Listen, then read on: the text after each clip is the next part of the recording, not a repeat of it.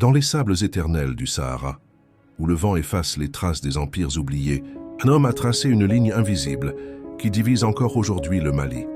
Mohamed Mahmoud Ould Cheikh, le cadi de Tombouctou, juge islamique, érudit mort, intermédiaire colonial, ou traître à la nation naissante, né vers 1910 dans les tribus nomades Berabiche, il maîtrise le français comme un sabre et l'islam comme un bouclier. Mais son ombre plane sur les révoltes touaregs de 1963 à nos jours. Ce soir, nous plongerons dans son histoire. Un récit de fatwas, de pétitions et de rêves brisés. Bienvenue dans Le Cadi de Tombouctou. Chapitre 1. Les racines d'un nomade. Tombouctou, la perle du désert, ville des 700 000 manuscrits, berceau de l'islam ouest-africain depuis le XVe siècle. Ici, en 1932, un jeune mort de 22 ans est nommé Cadi, juge suprême de la charia par les colons français. Mohamed Mahmoud Ould Cheikh, issu des Berabiches, ces arabes nomades du Nord, parle couramment le français, une arme rare dans ce monde bédouin. Chargé des affaires des Ahl Arawan, installé à Tombouctou, il rend des fatwas pragmatiques. Mariages mixtes invalides mais repentis possibles. Litige de paternité sous le voile colonial. Ses avis, conservés à l'Ihéria Bay, révèlent un islam adapté, tolérant face à l'occupant mais ferme contre les abus tribaux. Pourtant, les élites songhai locales résistent. Démission en 1935, réinstallation en 1936, nouvelle démission en 1939. Le titre lui colle à la peau jusqu'en 1959. Comme l'écrit l'historienne M. Maté dans sa thèse sur les fatwas de Tombouctou, Ould Cheikh n'est pas un simple juge. Il est un pont entre sable et Seine. Chapitre 2. Le pont colonial. Proche des chefs touaregs tamashek, Ould Cheikh navigue les eaux troubles de la décolonisation. Sans adhésion au PSP, il fonde brièvement le Parti du Rassemblement du Soudan. Mais son vrai combat? L'OCRS, l'Organisation commune des régions sahariennes, un rêve français de territoire saharien autonome. Janvier 1957. Interview au Télégramme de Paris. Il argue que Maures et Touaregs sont citoyens français par la loi cadre, distincts des Noirs subsahariens. 30 octobre 1957, pétition à De Gaulle, signée par notables de Tombouctou, réclamant le Sahara malien dans une France saharienne. De décembre 1957 à février 1958, il parcourt le désert, avec soutien français, pour 152 signatures à Tindouf, 276 à la boucle du Niger.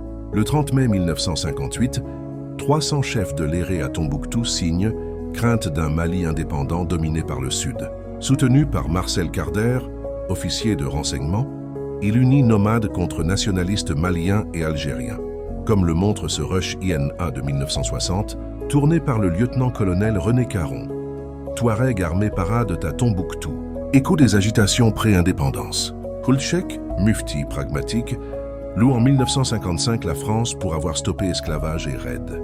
Mais pour l'USRDA de Modibo Keïta, il est le promoteur du séparatisme racial.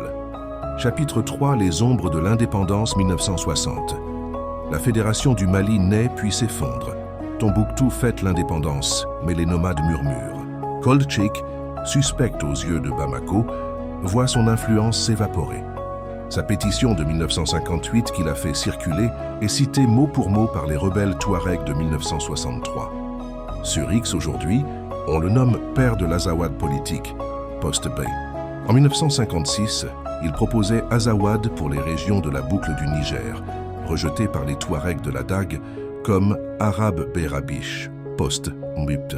Ce n'est qu'en 1990 que le terme fédère arabe ces Touaregs dans la rébellion. Post-indépendance, répression malienne de 1963 frappe nomades et sédentaires.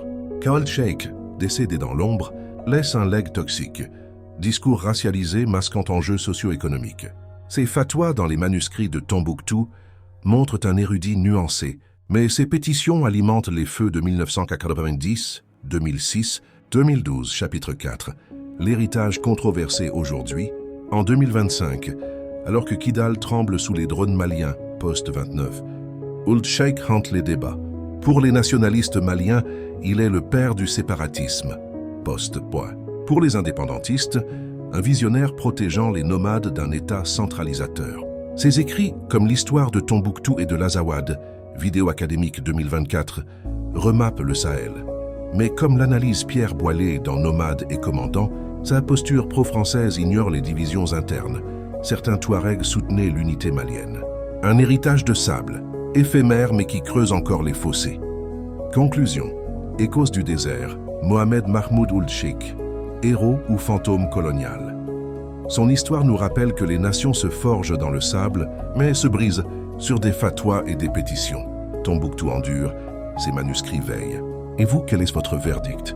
Abonnez-vous, likez, commentez et merci d'avoir voyagé avec nous.